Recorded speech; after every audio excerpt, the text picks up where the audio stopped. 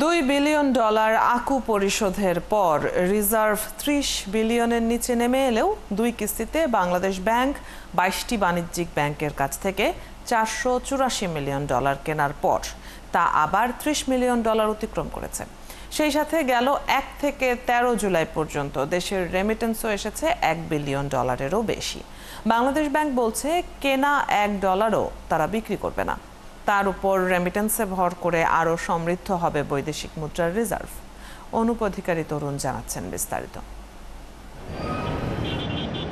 মে ও June মাসে আমদানি বিল বাবদ এশিয়ান ক্লিয়ারিং ইউনিয়ন আকুর মাধ্যমে $2 বিলিয়ন বেশি পরিশোধের পর 7 জুলাই দেশে বৈদেশিক মুদ্রার রিজার্ভ 29.52 বিলিয়ন নেমে আসে।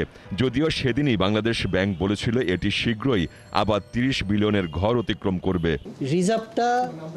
রিজার্ভ রাখা হয়েছে, টেনশন করার কিছু নাই। আকু পেমেন্টের পরে 30 বিলিয়ন থেকে স্লাইটলি নিচে নেমেছে, 29.5-এর মতো আছে বাংলাদেশ ব্যাংকের গ্রস হিসাবে, এবং BPM 6 অনুযায়ী 24.5।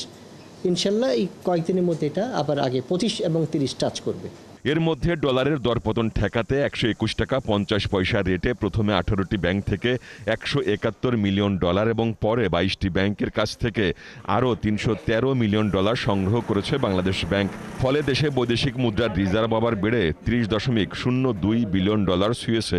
BPM 6 অনুযায়ী দেশে এখন রিজার্ভের পরিমাণ $24.99 বিলিয়ন। বাংলাদেশ ব্যাংক সহজে দিবে না। বাংলাদেশ ব্যাংক এটা ওয়ান ওয়ে টিকিট মনে করে, কারণ রিজার্ভে যে ডলার বাংলাদেশ একবার ঢুকে যাবে, অতি বিপদ, মানে স্পেশাল কোনো সিচুয়েশন ক্রিয়েট না হওয়া পর্যন্ত বাংলাদেশ ব্যাংক রিজার্ভ থেকে কোনো সাপোর্ট ব্যাংকগুলিকে দিবে না। ব্যাংকগুলি নিজেই বিদেশে যারা তাদের যে এক্সচেঞ্জ হাউস তাদের সাথে সম্পর্ক স্থাপন, যোগাযোগ রাখার মাধ্যমে এবং এক্সপোর্ট প্রসিড যাতে শতভাগ আসে ওইটা নিশ্চিত করার মাধ্যমে তাদেরকেই ডলার, মানে ইম্পোর্টের পেমেন্ট করার জন্য প্রয়োজন ডলারের সংস্থান করতে হবে। Central bank foreign currency purchase করার মানেই হচ্ছে যে সেন্ট্রাল ব্যাংক চাচ্ছে না ডলার ডেপ্রিসিয়েট করুক, বুঝছেন ব্যাপারটা? তো সুতরাং সেন্ট্রাল ব্যাংকের উদ্দেশ্য খারাপ না, কিন্তু আর আমাদের দেশে তো শুধু রেট অফ ইন্টারেস্ট চেঞ্জ করে তো আপনি তো এক্সচেঞ্জ রেটকে ইনফ্লুয়েন্স করতে পারবেন না। আর এক্সচেঞ্জ রেট মার্কেটাইজ হওয়ার অর্থ এই না যে there will be no interference by the central bank. Central bank যখন দেখবে মার্কেট প্রাইসটা ডিস্টোর্টেড, তখন definitely central bank must interfere.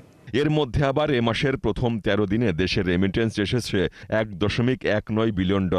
মাস শেষে তা $2.5 বিলিয়ন অতিক্রম করবে, সেটি নিশ্চিত। রেমিটেন্সের এই ধারা অব্যাহত থাকলে এবং বাংলাদেশ ব্যাংক ডলার কিনতেই থাকলে সময় লাগলেও দেশের রিজার্ভ আবার সেই পূর্বের $46 বিলিয়ন অতিক্রম করবে বলে আশা আর্থিক খাত সংশ্লিষ্টদের। অনুপ অধিকারী তরুণ, 71, ঢাকা।